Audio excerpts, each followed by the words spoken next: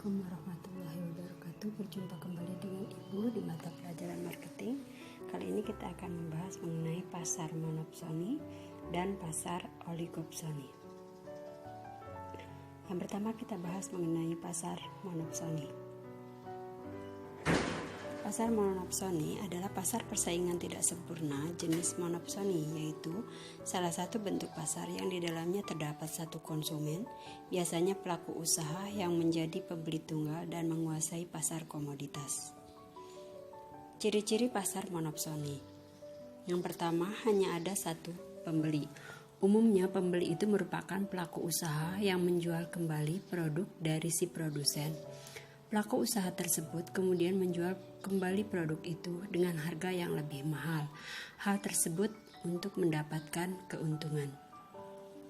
Yang kedua, harga ditentukan oleh pembeli. Pembeli itu memiliki kuasa penuh atas pembentukan harga pada pasar ini. Tidak jarang juga harga yang ditawarkan oleh pembeli itu tidak sesuai dengan harapan si produsen, tetapi tetap saja dapat diterima karena sangat sulit untuk mendapatkan pembeli lain. Walaupun pembeli itu mempunyai kuasa atas pembentukan harga, namun harga akan tetap ada ketentuan serta juga aturan yang harus dipertimbangkan. Misalnya seperti disesuaikan dengan harga pasaran. Yang ketiga adalah produk yang dijual berupa bahan mentah. Sebagian besar produk yang dapat diperjualbelikan pada pasar monopsoni ini merupakan salah satu produk mentah, yang mana pembeli tersebut yang kemudian akan menjualnya kembali kepada pihak lain. Kemudian yang keempat adalah pendapatan tidak merata. Pada pasar ini seringkali terjadi ketidakadilan yang mana produsen tidak mempunyai peran dalam hal menentukan harga, serta juga sulit berkembang disebabkan sering menjual produknya itu dengan harga murah. Yang kelima, sering terjadi perselisihan antara penjual dan pembeli. Perselisihan di antara pembeli serta penjual ini bukan hal yang aneh pada pasar ini. Hal tersebut terjadi disebabkan oleh harga yang diberikan pembeli ini jauh dari harapan si penjual, sehingga hal tersebut membuat penjual merasa dirugikan. Perselisihan tersebut juga timbul karena belum adanya pihak ketiga, contohnya seperti pemerintah yang mengatur mengenai harga pada sebuah produk supaya kedua belah pihak itu dapat saling menguntungkan. Yang selanjutnya adalah kita bahas kelebihan dari pasar monopsoni. Yang pertama, kualitas hasil produksi pada pasar ini terjamin karena pembeli hanya mau menerima produk berkualitas. Yang kedua, kreativitas para produsen di pasar ini akan terasah karena selalu berusaha melakukan inovasi dan kreativitas dalam memproduksi barang berkualitas dengan biaya murah agar tidak sampai gulung tikar. Yang ketiga, pada pasar ini, pembentukan harga dilakukan oleh pembeli tanpa mempertimbangkan kondisi inflasi atau deflasi. Dengan kata lain, penentuan dari suatu harga di pasar ini cenderung lebih mudah. Dan yang keempat, pada pasar ini para penjual tidak perlu melakukan suatu promosi karena para pembeli akan mudah menemukan mereka. Satu pembeli tersebut akan dapat menampung semua produk dari banyak produsen lainnya. Dan yang kelima, alur dari penjualan di pasar ini lebih sangat mudah diatur karena pembelinya hanya ada satu pihak dan proses pembayaran langsung dilakukan tanpa harus menunggu suatu produk tersebut terjual ke konsumen akhir. Kekurangan pasar monopsoni.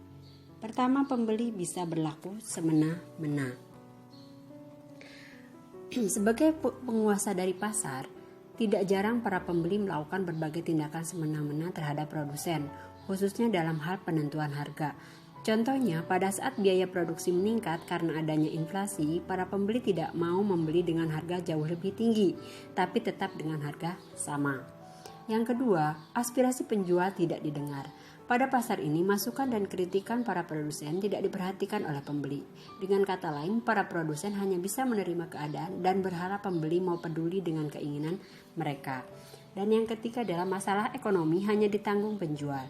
Masalah ekonomi pasti terjadi di semua negara, baik itu inflasi, deflasi, dan lain-lain.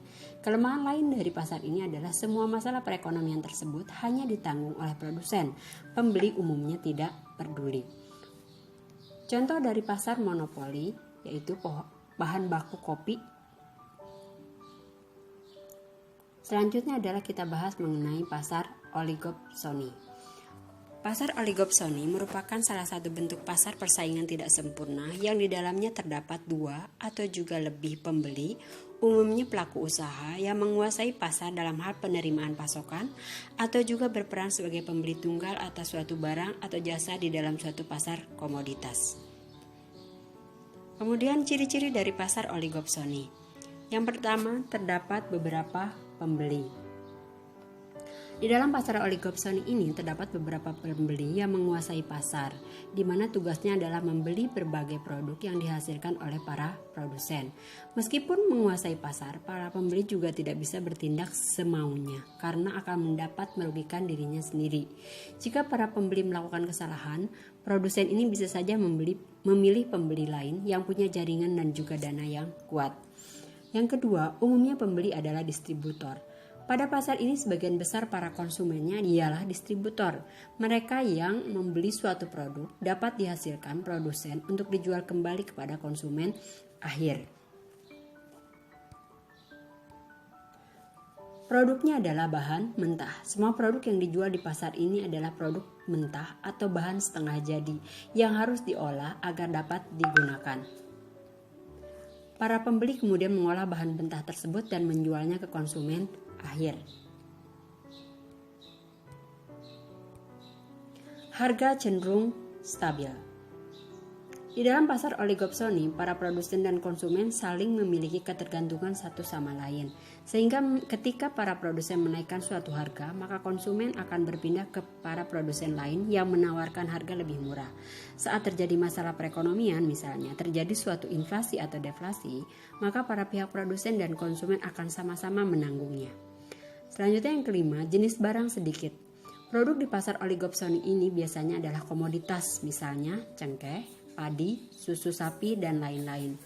Namun pasar ini terbentuk berdasarkan potensi yang ada di suatu daerah. Misalnya, potensi di suatu daerah ialah cengkeh, maka pasar oligopsoni di daerah tersebut dapat dikuasai oleh cengkeh saja. Dan yang terakhir adalah pendapatan merata. Pendapatan para penjual di pasar ini cenderung merata karena di pasar ini tidak terjadi monopoli ataupun penentuan secara semena-mena. Selanjutnya kita akan membahas mengenai kelebihan pasar oligopsoni. Pertama, hak produsen terlindungi dengan baik meski pembeli berperan sebagai penguasa. Hal ini bisa terpenuhi karena terdapat beberapa pembeli, sehingga ketika penjual merasa dirugikan maka ia akan bisa berpindah ke pembeli lain. Yang kedua, pembeli tidak bisa bertindak semaunya meski bisa menentukan harga. Pembeli harus menyesuaikan harga dengan barang yang dibeli agar produsen mau menjual kepadanya. Ketiga, meski masih belum terorganisir dengan baik, tapi umumnya pasar ini mengedepankan keadilan, menghindari kecurangan, dan tidak menyalahgunakan kebebasan. Adapun kekurangan dari pasar oligopsoni, yang pertama, kualitas produk kurang terjaga dengan baik karena penjualan cenderung mudah. Yang kedua, cukup rentan terjadi manipulasi, di mana beberapa pembeli melakukan kerjasama memanipulasi keadaan yang bisa merugikan produsen. Yang ketiga, kemudahan dalam hal jual beli menyebabkan kurangnya kreativitas. Demikianlah penjelasan mengenai pasar monopsoni dan pasar oligopsoni. Terima kasih. Assalamualaikum warahmatullahi wabarakatuh.